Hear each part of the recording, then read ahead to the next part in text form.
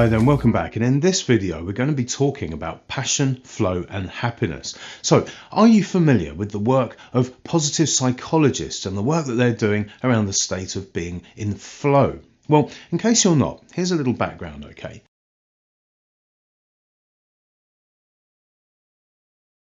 Flow is the optimal state of human experience at which a person is so engaged in an activity that they have no attention available for anything else. They become completely absorbed in something and so engaged in the activity that they don't even notice if they're hungry or tired. Have you ever done that? Well, it's during these periods that the person is highly productive, and the results that they produce are often nothing short of amazing. What's more, one of the byproducts of flow is an overwhelming feeling of happiness. Sounds good, doesn't it? Well, unfortunately, there's a bit of a catch. It seems that when we refer to human emotion, as with everything else in life, there's no such thing as a free ride. And what I mean by that is, if you want to be happy, you have to put some effort into it, which is something that I think is really worth reiterating, because you see, a lot of times you'll hear people saying things like, oh, why can't I be happy? Or I deserve to be happy. Like in some way they're entitled to happiness and it should be bestowed upon them. Well, the reality is that happiness is a decision, and one that you are responsible for. And if you commit to putting the effort into being happy when required to, then you'll find that being happy is actually very easy. Now, if you want to experience the flow state in order to achieve that peak state of productive happiness, which incidentally is absolutely possible for everyone, you just need to put in the time and the energy to get there. For example, let's say that you enjoy skiing. And in fact, let's say that you like it so much that you ski at every chance you get.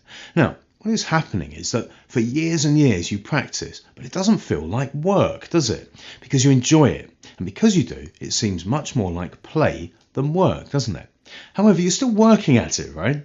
You most likely continually try to improve your technique and develop your skills to get better at skiing. Now, during the warm months, you might even work out in ways that will improve your performance as a skier.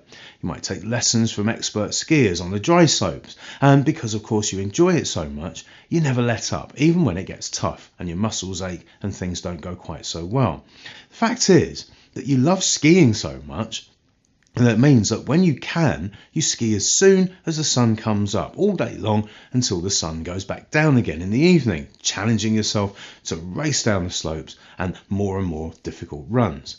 And then one day, when you're on the slopes with the conditions just perfect, you find yourself racing down a slope that you've never been down before. And imagine that, after all of your preparation, you go zooming down a slope. Now, it may be particularly challenging, but because you're prepared for it and because you've rehearsed all of the twists and turns thousands of times in your mind, well, you're up for it. You're up for the challenge. And quite without realizing what's happening, you experience yourself at one with the mountain.